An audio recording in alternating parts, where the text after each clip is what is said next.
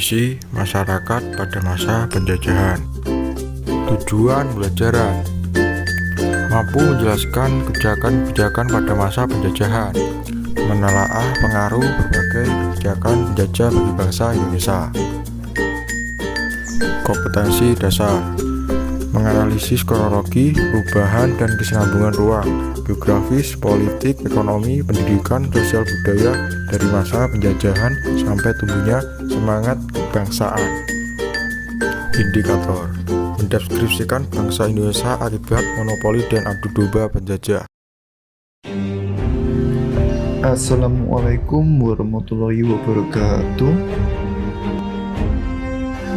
Pada kesempatan kali ini saya akan menjelaskan tentang Perang Padri yang terjadi selama 17 tahun, terhitung mulai dari tahun 1821 hingga tahun 1838. Perang ini merupakan era perlawanan rakyat pribumi melawan pengaruh Belanda yang sebenarnya sudah dimulai pada tahun 1803 di Sumatera Barat.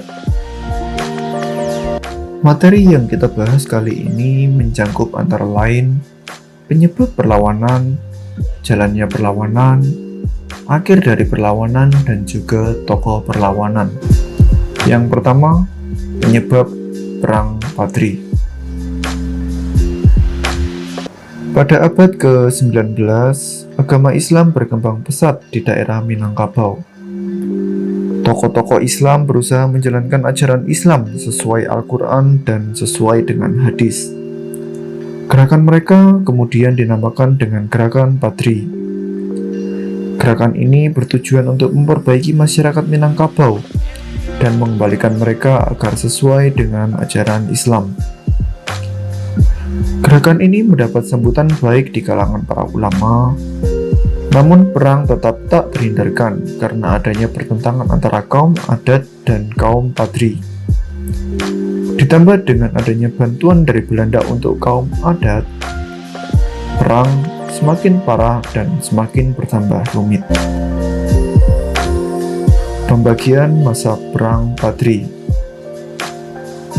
Perang Padri ini sendiri dibagi menjadi 3 tahap perang, yang dimana tahap pertama terjadi mulai tahun 1821 hingga tahun 1825, tahap kedua dimulai tahun 1825 hingga tahun 1830, dan tahap ketiga dimulai tahun 1830 hingga tahun 1838.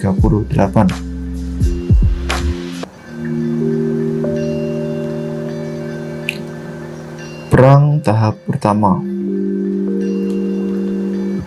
Pembentukan Harimau Nan Salapan mendapatkan respon dari kaum adat yang semakin keras menolak untuk menerima ide Islam dan mempertahankan apa yang menjadi kebiasaan mereka. Sementara itu, tidak sedikit pula pembesar-pembesar yang menerima ide-ide Padri, sehingga eskalasi gerakan menjadi semakin besar dan tidak terkendali. Puncaknya, kaum Padri dipimpin Tuanku Pasaman menyerbu Pagaruyung pada tahun 1815, menyebabkan Sultan Arifin Muningsyah harus menyingkir dari wilayah tersebut. Lalu pada tahun 1821, kaum adat meminta bantuan kepada Inggris. Namun, pada saat itu Stamford Raffles sedang mengincar pembukaan pelabuhan di Tumasik yang dikuasai Belanda, sehingga arah bantuan ini diubah kepada Belanda dan kaum adat tidak mendapat bantuan dari Inggris. Yang selanjutnya, Perang tahap kedua.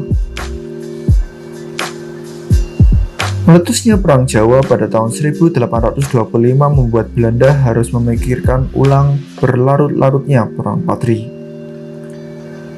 Kolonel Steurs berhasil membuat kontak dengan kaum Padri yang dipimpin oleh Tuanku Keramat. Perjanjian pun dilakukan di ujung karang dan ditandatangani di Padang pada 15 November 1825. Perjanjian ini menyatakan bahwa Belanda mengakui kedudukan para tuanku di beberapa wilayah dan meminta untuk menghormati kepentingan satu sama lain di wilayah tersebut. Perjanjian ini memberikan kelegaan terhadap Belanda untuk dapat membawa sebagian besar pasukannya ke Jawa.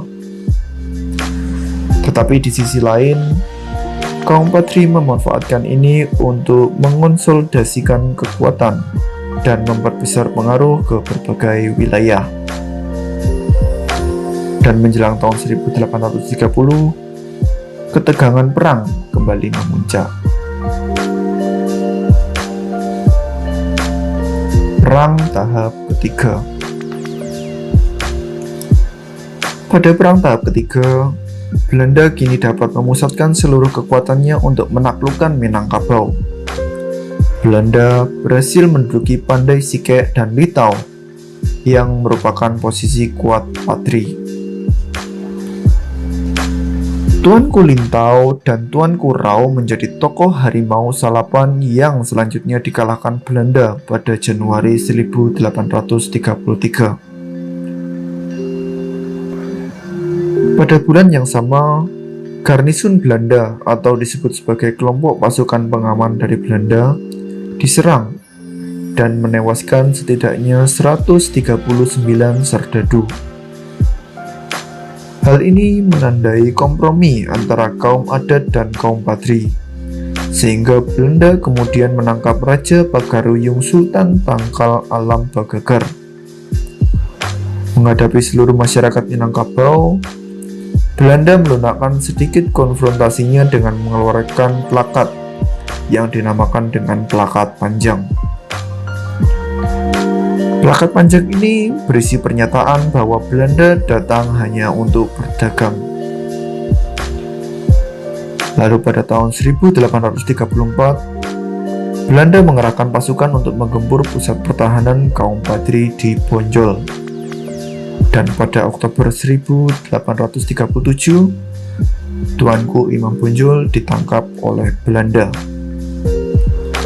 Dengan menyerahnya Imam Bonjol bukan berarti perang selesai. Justru perang tetap berlanjut walaupun tidak lagi mengganggu usaha Belanda untuk menguasai Minangkabau.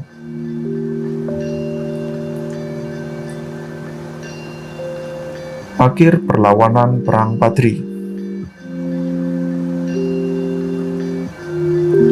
Akhir dari Perang Patri telah dapat dilihat ketika benteng Bonjol jatuh pada Agustus 1837.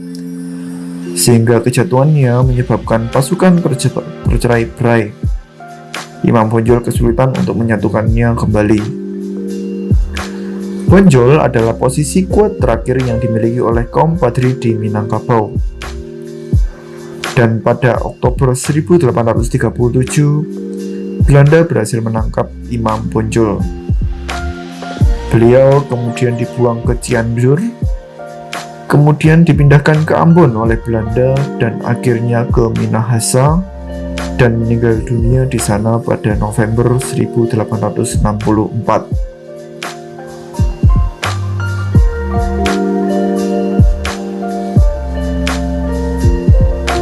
Perang masih berkobar sampai Belanda berhasil menduduki Rokan Hulu yang diduduki oleh Tuanku Tambusai.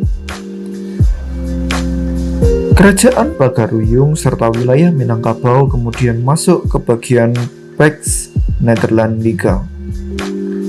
Pax Nederlandica itu sendiri merupakan politik kolonial Belanda yang berupaya menyatukan wilayah jajahan Belanda di Nusantara melalui perjanjian dan pendekatan militer.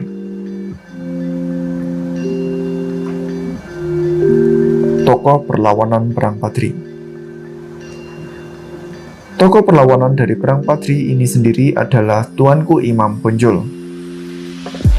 Beliau adalah seorang ulama, pemimpin, dan juga pejuang kaum Patri di Bonjol yang berperang melawan Belanda. Jasanya sebagai pahlawan membuat dirinya diangkat oleh pemerintah menjadi pahlawan nasional Indonesia berdasarkan surat keputusan Presiden Republik Indonesia nomor 87/TK tahun 1973 dan ditetapkan pada 6 November 1973.